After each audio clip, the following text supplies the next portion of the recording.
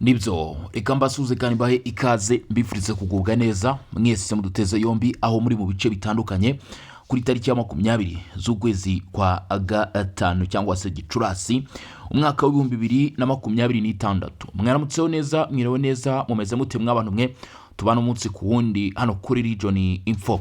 Ndabasuje rwose kandi mbikuye ku mutima bifurije kugubwa neza. Abari gufata amafunguro, abamaze gufata amafunguro cyangwa se bategereje kuyafata, mwese mu by'ukuri rwose muryoherwe nayo cyangwa se abagwe neza. Hanyuma rero turagarutse kuri inshuro muri studio kuri mikoro aho tugiye kureba amakuru agezweho. Nshimira abantu mwakomeje kutwereka ko turi kumwe 5 kwa 5. Nanjye ndababwira ni turi kumwe 5 kuri 5 ndetse rwose turakomeza tube kumwe 5 kuri 5. Hanyuma rero muri aya makuru ngiye kwerekeza aho bita Kavumu, nkubwire operasiyo ikomeye cyane imaze kuvugwa hanga muri ibi bice. Operasiyo idasanzwe kugeza kuri ubu ngubu cyangwa se kugeza kuri uyu munota. Amakuru aravuga yuko igisirikare cya Leta Repubulika Demokarasi ya Kongo kimaze guhagarika ku buryo bukomeye cyane ibitero bya 23 aho uyu mutwe wifuzaga kongera gufata bimwe mu bice bikomeye cyane kandi biri strategique biherutse kwigarurwa na Wazalendo ndetse na FARDC. FARDC rero ndetse na Wazalendo batikuye ku buryo budasanzwe iyo atake ya 23. Turabigarukaho, turanyarukira muri teritwari ya Rucuru. Hagaragaye intwari ziracyariho. Bamwe mu basirikare ba FARDC bagize ibyago byo gufatirwa mu mirwano. Umutwe wa 23 wabahatirije rwose kugira ngo bawiyungeho. Aba basirikare bavuga ati ntago bishoboka, ntago bishobora gukunda. Turaza kureba amazina y'abo basirikare ndetse n'icyababayeho, kubera yuko iyo umaze kuvuga uriya ngo nta muntu w'intwari atapfuye.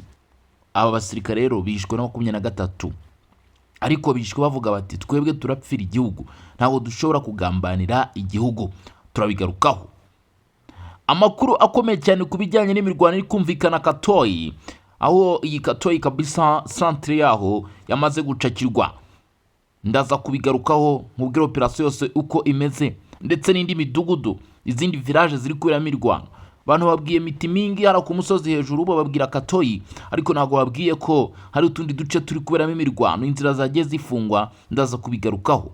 Gayi Kabombo yashimye ubutwari n'ubwitange bw'abasirikare ba FARDC bahanganye n'umutwe wa 23 ushyikiwe n'ingabo z'u Rwanda. Ibi yabivuze mu munsi ngaruka mwaka ubaho mu kwizihiza umunsi w'ingabo hano muri Repubulika Demokarasi ya Kongo. Ndabigarukaho nabyo, ndabikomozaho, ndababwira uko byifashe. Siyo mirwano yonyine gusa, hari indi mirwano ikomeye iri kujya mbere ngenda ngarukaho, cyangwa se n'urundi rugamba rugiye rutandukanye, indi mirwano igiye ivugwa mu duce tugiye dutandukanye. Byose ngiye kuba nava imuzi n'imuzingo, ngiye kuba nabaterekera ahangaha babwira uko byifashe. Hanyuma rero niba ari ku nshuro ya mbere dukurikiranye ukaba utarakanda subscribe nako kabuto gatukura agakanda ubundi ugaruke twikomereze n'amakuru. Ikindi kandi nanone ndasaba abantu gukanda share, like, ibitekerezo byanyu n'inyunganizi tubyakiraho bita muri comment. Naho kandi nanone ushaka no kujya muri group ya WhatsApp, nta kindi kibaho usibye kwifatanya natwe muri group ya WhatsApp. Che kuri ngi twaguterekeye muri comment. Nanone kandi nabwiye abantu nimunyarukire kuri search engine yanyu kabisa, mwandikemo @urukiko, muraza kuba mu by'ukuri mubona umuyoboro mu kandi kuko nawo ikintu bita update, breaking news, amakuru akomeye cyane, ibitero bidasanzwe ndetse n'ibyo bitandukanye muzajya muba mwabasha kubikurikiranaho hamwe nanjye ndetse abandi bataramu kabisa. 5 kwa 5. Reka ngubwire ko kugeza kuri ubu ngubu rwose umuntu wihereye mu gihugu cy'u Burundi, umuntu wihereye mu gihugu cy'u Rwanda, abari Karehe, Goma ndetse n'ahandi mu bice byo bitandukanye, Uganda, Repubulika Demokarasi ya Kongo, yose mu Burundi, Kenya, Tanzania, iyirwota amasimbi rwose ngwaye ikaze irambuye cyane hano muri aya makuru, aho tugiye kwinjira mu makuru akomeye cyane. Ngiye guhera kuri ibi biri kuvugwa muri Rucuru. Abasirikare 3 ba FARDC bivugwa ko bishwe na M23 igiseguro bazira kwanga kwifatanya n'uyu mutwe. Byagenze bite? Ni gute ibi byose byakozwe? N'amakuru amaze kumenyekana kuri wa 20 Gicurasi no 26 ni amakuru aturuka muri teritwari ya Rucumu na Kivu y'Amajyaruguru.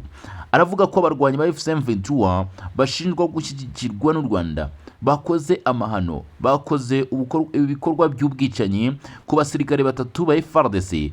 Ngo abasirikare bafatiwe ku rugamba igihe umujyi wa Goma wafatwaga muri Mutarama 2025. Kiragiye byari bikomeye. Ngo ibi byabere mu gace bita Kiseguro gaherereye muri groupement ya Binza kuwa gatanu tariki 15 Gicurasi 2026. Icyo gihe cyose bari bakibabitse, barimo kubashyiramo propaganda, barimo kubabwira mu by'ukuri amahame ya M23, babigisha kuko bivuga ko ngo aba nubwo bafashe n'ubugambanyi bwakozwe ariko ubundi bari abakomando kabuhari. Aba rero baringinzwe, yewe M23 kuri yo bwabaga banga kuva ku izima. Baravuga bati twe twarahiriye kurwanira Repubulika Demokarasi ya Kongo, ntago twarahiriye kurwanira inyeshyamba nk'uko abaturage n'andi makuru yo muri ako karere abitangaza. Ngo abo basirikare bishwe nyuma yo kwanga kwinjira muri M23 no gufatanya nayo mu bikorwa byayo byitwaje intwaro. Abasirikare bavuga ko bishwe n'aba bakurikira, harimo Lieutenant Colonel Esdri Ongoyi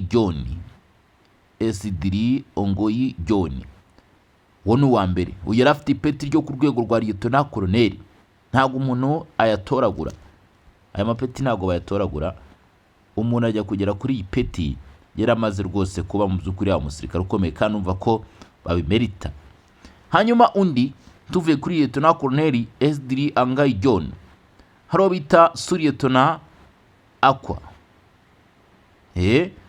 Lieutenant Aqua, ndetse uwa gatatu yari Sergeant Irunga.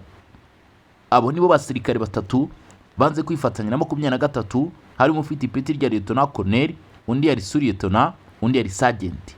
Baravuga bati ntabwo bishobora gukunda, twe twarahiriye kurwanira igihugu, ntabwo ari ukurwanira inyeshyamba. Amakuru akomeza avuga ko urupfu rwabo rwategetswe na Colonel Augustake Ndazibonde. Colonel Augustake niwe wavuze ati mu bice uvugwa nk'umuyobozi wa M23 ushinzwe agace ka Binza, Kiseguro ndetse na Nyamirima, niwe wategetse ko babahitana.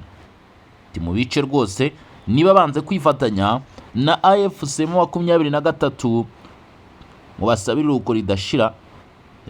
Wasabirira uko ridashira rwose. Buriya bajya bavuga ngo iyo umuntu apfuye amagambo musigara muvuga niyamuharurira inzira, niyamucira inzira, mwerekeza aho agomba kujya, amufasha mu rubanza. Ubwo rero mugira icyo muvuga kabisa. Abatanga bamye bo muri ako gace bavuga ko abo basirikare bashinjwaga gufasha bamwe mu basirikare bagenzi babo ba FARDC gutoroka aho bari bafungiye cyangwa bacungirwaga nyuma yo gufatwa na M23. Urumva ko ibikorwa bagerageje gukomeza kugira ibyo bakora nubwo bari bafunze. Nyuma yo gushinjwa ibyo bikorwa ngo bahise bicwa mu buryo abaturage bavuga ko bunyuranyije n'amategeko mpuzamahanga arengera abasirikare bafashwe miri ku rugamba no kuva amatekwa, imfungwa z'intambara. Abasesenguzi n'imiryango iharanira uburenganzira bwa muntu bavuga ko niba aya makuru yemezwa yaba ari ukurenga bikomeye ku mategeko mpuzamahanga arengera ikiremwa muntu, cyane cyane amasezerano y'i Geneve agenga uburyo imfungwa z'intambara zigomba gufatwa no kurindwa. Hari kandi abaturage bavuga ko Colonel Oxtake hamwe na kapiteni uzwi ku izina rya Eric bakomeje kuvugwa mu bikorwa byinshi by'ihohoterwa, byo gukora ihohoterwa, iyicarubozo bikorerwa abaturage n'abasirikare bafashwe miri, haba muri groupement ya Binza ndetse no mu tundi duce ngo bombi baba barigeze gukoreramo. Aya makuru aje yongera ku zindi raporo zimaze igihe zivuga ku bwicanyi, gufata abantu ku ngufu, gushimuta no gukorera iyicarubozo abasivile n'abasirikare mu bice bitandukanye byo muri Kivu y'Amajyaruguru na Kivu y'Amajyepfo, ahakomeje kubera imirwano hagati ya FARDC, imitwe yitwaje intwaro ndetse na M23. Kugeza ubu ubuyobozi bwa M23 ntiburagira icyo butangaza kuri ibi birego, mu gihe imiryango mpuzamahanga ishinzwe uburenganzira bwa muntu ikomeje gusabwa gukora iperereza ryigenga kugira ngo hamenyekane ukuri kuri aya makuru ndetse n'ababigizemo uruhare, ubundi babiryozwe n'amategeko y'imbere mu gihugu cyangwa se amategeko mpuzamahanga, kuko hari amategeko yashyizweho agenga ibijyanye n'imfungwa z'intambara. Ntabwo ari ibintu biba biraho biramupango. hanyuma reka twinjiye mu operation mbere ko ngaruka ku makuru akomeye cyane yarakomeje gutangazwa. Kavumu hari ibintu biri kuhavugwa, imirwano ikomeye hagati y'umutwe wa 23 bivugwa ko ushyigikiwe n'ingabo z'u Rwanda n'abarwanyi ba Wazalendo yakajije umurego.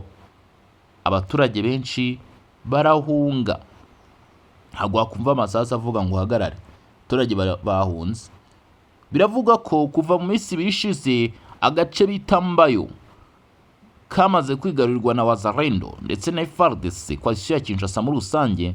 Abarwanyi ba FC23 bifuje kugasubirana hano muri Kavumu.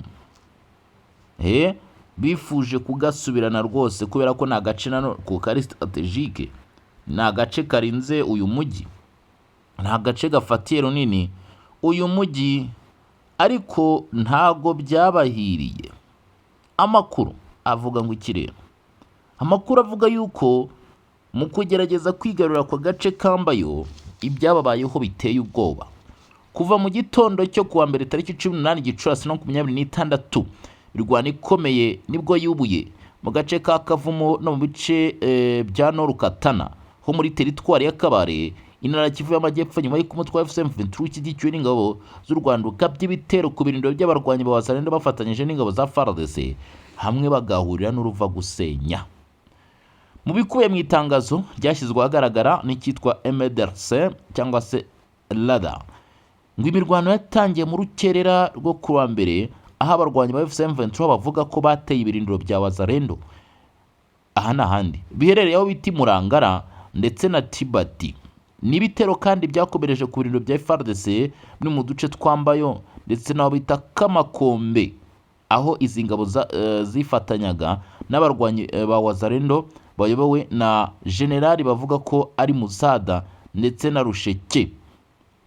Iri tangazo rivuga ko intego y'iki gitero yari ugushaka inzira yo kwinjira muri aka gace kagize inyeshyamba n'ubutaka kagize ishyamba n'ubutaka bw'icyanya cy'ubuhinzi cyambayo, kugira ngo abarwanyi ba FC23 bashobore gukomeza kwerekeza Bunyakiri, agace gafatwa nk'ingenzi mu rwego rwa gisirikare muri Kivu y'Amajyepfo. Abaturage batuye muri utu duce bavuga ko urusaku rw'imbunda nini nto rwumvikanye kuva mu rukerera, ibintu byateye ubwoba bwinshi. Abaturage benshi bahita guhunga ingo zabo, bamwe ngo bahunze berekeje mu bice bya Kavumu no mu yindi midugudu iri kure y'aho imirwano iri kubera, mu gihe abandi bavuga ko bahangayikishijwe no kuburaho bakinga umusaya kubera umutekano muke ukomeje kurangwa muri ako karere. Rada yatangaje ko ibitero byagabwe n'umwanzi byasubijwe inyuma, ndetse ivuga ko umugambi wa FC23 wo kwigarurira inzira ijya Bunyakiri waburijwemo nk'uko byagenze no ku munsi wari wabanje. Iri tangazo kandi rivuga ko ahagana saa 5 za mu gitondo habaye ikindi gikorwa cyo kugerageza kuzenguruka ibirindiro banyuze aho bita Kaburungu, ariko ngo nibyo byaje gusubizwa inyuma, ntabwo byatanze umusaruro. Ku rundi ruhande rw'abarwanyi ba Wazalendo ngo hatangajwe ko umwe mu basirikare bakuru bashinzwe ibikorwa bya gisirikare General Musada ngo yakomeretse bikomeye muri iyi mirwano, gusa nta mubare nyawo w'abaguye ku rugamba watangajwe. Ku ruhande rwa FC23 ivuga ko ari abarwanyi benshi Rada ivuga ko hari abarwanyi benshi ba M23 bakomerekeye muri iyi mirwano, hashingiye ku bamenya bw'abaturage bavuga ko babonye abakomeretse bajyanwa inyuma y'urugamba. Icyakora y'amakuru ntigeze yemezwa n'urundi ruhande. Iri tangazo rero ryashyizweho umukono no wita General Iman Shaban Loichiani, ni General autoproclamé Shaban Iman, aho avuga ko ayoboye ibikorwa bya gisirikare ku rugamba muri Katana y'Amajyaruguru. Imirwano ikomeje kubera muri Kivu y'Amajyepfo, ikomeje guteza impungenge abaturage n'imiryango iharanira uburenganzira bwa muntu, cyane cyane kubera ingaruka zikomeje kugera ku basivile barimo guhunga no kubura ibibatunga. Abasesenguzi bavuga ko gukomeza kwaguka kw'imirwano bishobora kurushaho guhungabanya umutekano mu bice byinshi bya Kivu, mu gihe ibikorwa byo gushaka amahoro n'ibiganiro bya politike bikomeje kugenda bigura intege, nta musaruro birimo gutanga. Tuvuye kuri ibi ngibi, kankubwire ko kuri ubu ngubu muri teritwari ya Masisi hari kubera urugamba rukomeye cyane, ariko tumwe mu duce twaberagamo urugamba intsinzi yamaze kuboneka. Tugiye nko ku gasozi ka Mitimingi, guhera ku munsi w'ejo aka gasozi kari kugenzurwa na Wazalendo ndetse na FARDC, ni muri teritwari ya Masisi. Ntabwo wakwibagirwa ko Katoyi ubu nayo iri under control na Wazalendo ndetse na FARDC nk'uko amakuru aturuka muri ibyo bice bivuga. Biravuga ko kandi agace bita Katobotobo, Kinigi, Ruke ndetse yewe no mu bice byerekeza Rubaya, abarwanyi ba FC23 bakomeje gushyirwa hasi kugira ngo utu duce natwo dufatwe. Nitwo abarwanyi bose ba FC23 bagiye basubiramo inyuma, ariko Wazalendo ndetse na FARDC bati naho nta mahoro tubaha, mugomba kuhava byanze bikunze. Hanyuma rero reka dukubitire ku byavuzwe n'uyu Guy Kabombo Mudamvayita mbere yuko nza mbabwira nibimaze kuvugwa na M23. Guy Kabombo yashimiye ubutwari n'ubwitange bw'abasirikare ba FARDC bahanganye n'umutwe wa 23 ushyigikiwe n'ingabo z'u Rwanda mu muhango wo kwizihiza umunsi w'ingabo za Repubulika Demokarasi ya Kongo wabaye. Minisitiri w'Intebe wungirije akaba na Minisitiri w'Ingabo Guy Kabombo Mudamvayita yashimye cyane abasirikare ba Kongo baguye ku rugamba ndetse n'abakomeje kurwanira igihugu ku mirongo y'imbere y'urugamba mu burasirazuba bwa Kongo aho bahanganye n'ihuriro rya FCM23. Uyu muhango wabereye ku rwibutso rw'umusirikare wa Kongo rurereye kuri Rond Point Fescom mu mujyi wa Gombe, aho Guy Kabombo yashyize indabo kuri uru rwibutso mu izina ry'umugaba w'ikirenga w'ingabo za FARDC Perezida Félix Tshisekedi. N'umuhango waranzwe n'icyubahiro cya gisirikare, gucurangwa kw'indirimbo yubahiriza igihugu ndetse n'akanya ko kwibuka abasirikare bitangiye igihugu. Mu ijambo yagejeje ku bitabiriye mu muhango, Guy Kabombo yavuze ko igihugu cya Kongo gifitiye umwenda ukomeye abasirikare bose bemeye kwitangira mu kurinda ubusugire bw'iki gihugu n'umutekano w'abaturage, ndetse yashimangiye ko ubutwari, ubudahemuka n'umutima wo kwitangira igihugu biranga abasirikare bari ku rugamba ari ibintu bikwiye guhora byubahwa no gushyigikirwa n'abanyekongo bose. Agira ati igihugu ntikizigera kibagirwa abagabo n'abagore bemera gutanga ubuzima bwabo kugira ngo barinde ubutaka bwacu n'ubusugire bwa Repubulika Demokarasi ya Kongo. Uyu muyobozi wa Minisiteri y'Ingabo kandi yavuze ko ari ngombwa gushyira igisirikare na polisi mu by'ibanze igihugu cyitaho kugira ngo umutekano urambye ushobore kuboneka hirya no hino muri Kongo.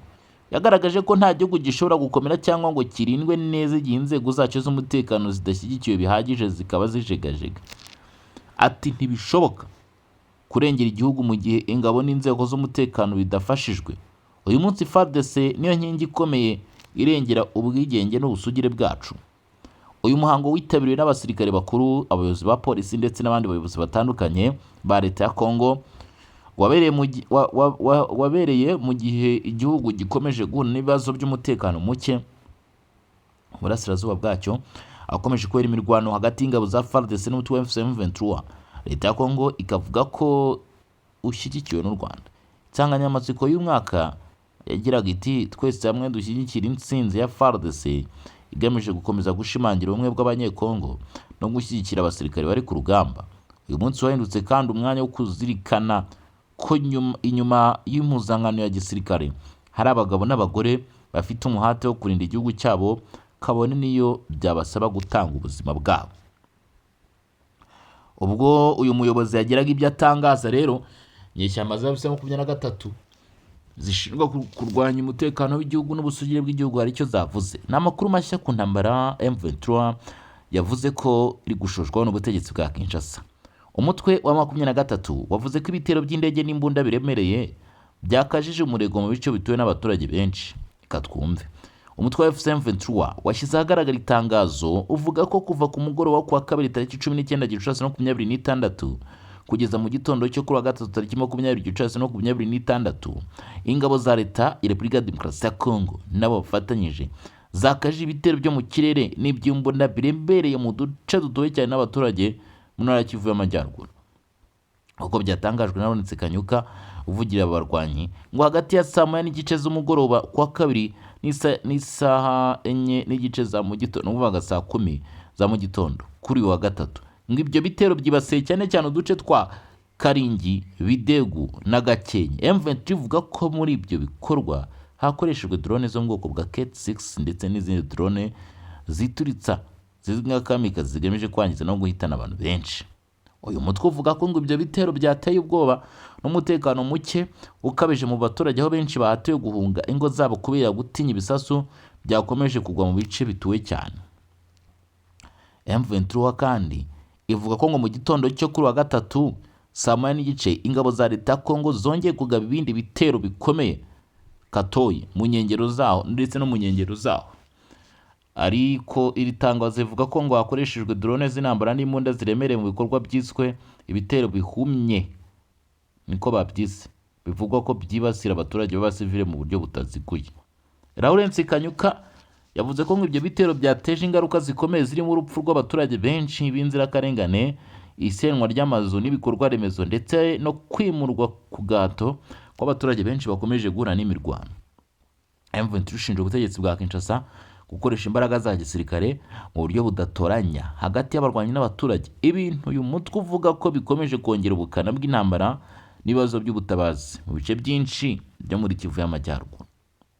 Kugeza ubu leta ya Repubulika ya Demokarasi ya Kongo ntabwo iragira icyo itangaza kuri aya makuru yashyizwe hanze n'izi nyeshyamba. Gusa mu bihe bitandukanye ubutegetsi bwa Kinshasa bwagiye bushinja M23 n'u Rwanda guteza umutekano muke mu burasirazuba bwa Kongo, mu gihe M23 ivuga ko iharanira uburenganzira n'umutekano by'abaturage bavuga ko bamaze igihe bahohoterwa.